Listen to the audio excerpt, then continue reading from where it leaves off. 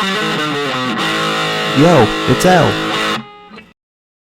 Welcome to The Outer Gamer, a fun, satirical look at gaming news and stories. First thing we're going to talk about today is Alanah Pearce. So Alanah, she works for Sony, and recently she was playing a Microsoft game. Now it's a game I'm tired of talking about, so we'll just call it S-Field.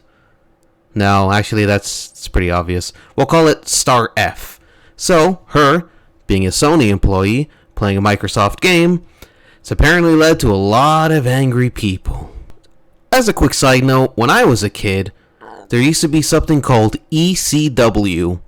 There was also something called WCW and WWF. There's a lot of W's, I apologize. But as a kid, it wasn't really you pick one and you hate on the others. We always used to laugh at fanboys. We would laugh at people who just loved only one and hated the other for no reason. For us, it was just, well, we like wrestling, so we just watch as much wrestling as we can.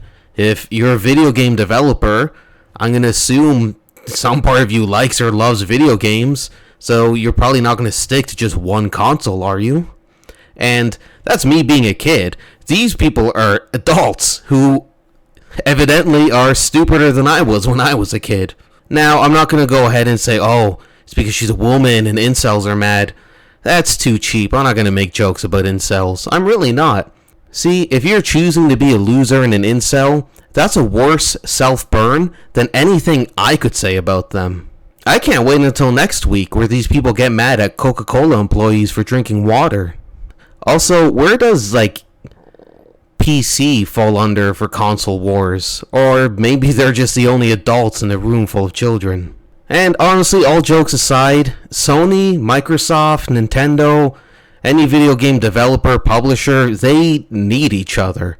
The better one does, the more it pushes the other one to do better. I don't want any one company in charge of developing and publishing every game. That would suck. We need competition, and we need competition to do well to make the whole industry better.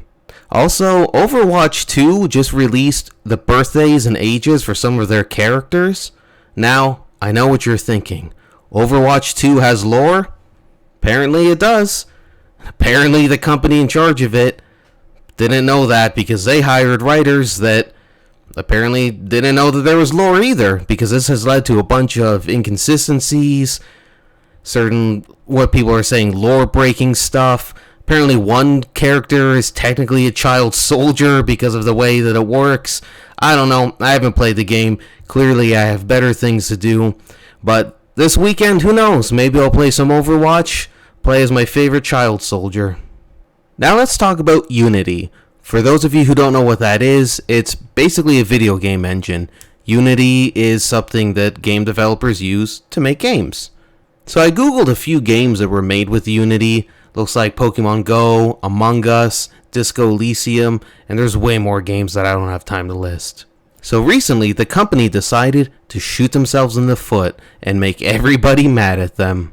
So they decided, every time somebody downloads one of our games, or a game made with the Unity engine, we should charge the developers money. And that went over great because the developers had no idea that this was coming. Unity just decided, hey, just so you guys know, anytime someone installs one of your games and you used our engine, we're going to be charging you money. Now, I can understand why they did this. They want to make money. I don't fault them for that, but I do fault them for being stupid about it. You see, most people are dumb. They don't realize that quality also makes money. If you have a quality product or a quality service and nobody else can achieve that quality, you can still make money. But for Unity, I feel like this is going to backfire. Either they reverse their decisions, or people aren't going to use a Unity engine anymore. If developers have to keep paying additional money, well, it's a lot cheaper to go with something else, isn't it? See, it's one thing for gamers, because unfortunately, there is a large number of gamers out there who don't mind getting ripped off. They'll buy broken, unfinished games and pay so much money in microtransactions for pay-to-win models. I guess we learned people who make games aren't as stupid as some of the people who play games.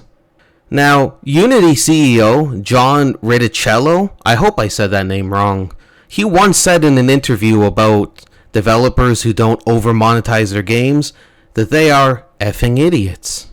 Just in case you ever see him in public and you want to yell at him, here's a picture of him. As you can see, he looks like the type of guy you shouldn't trust around your underage daughter. So hopefully Unity reverses their decision, or they go under. That's what happens when you poorly run a business. Which, under capitalism, should happen to bad businesses, not bailouts. So like, comment, subscribe, and next time something stupid happens in gaming, we'll be here to point the finger, laugh, and say, wow, that was pretty stupid. So until then, go play some Baldur's Gate 3.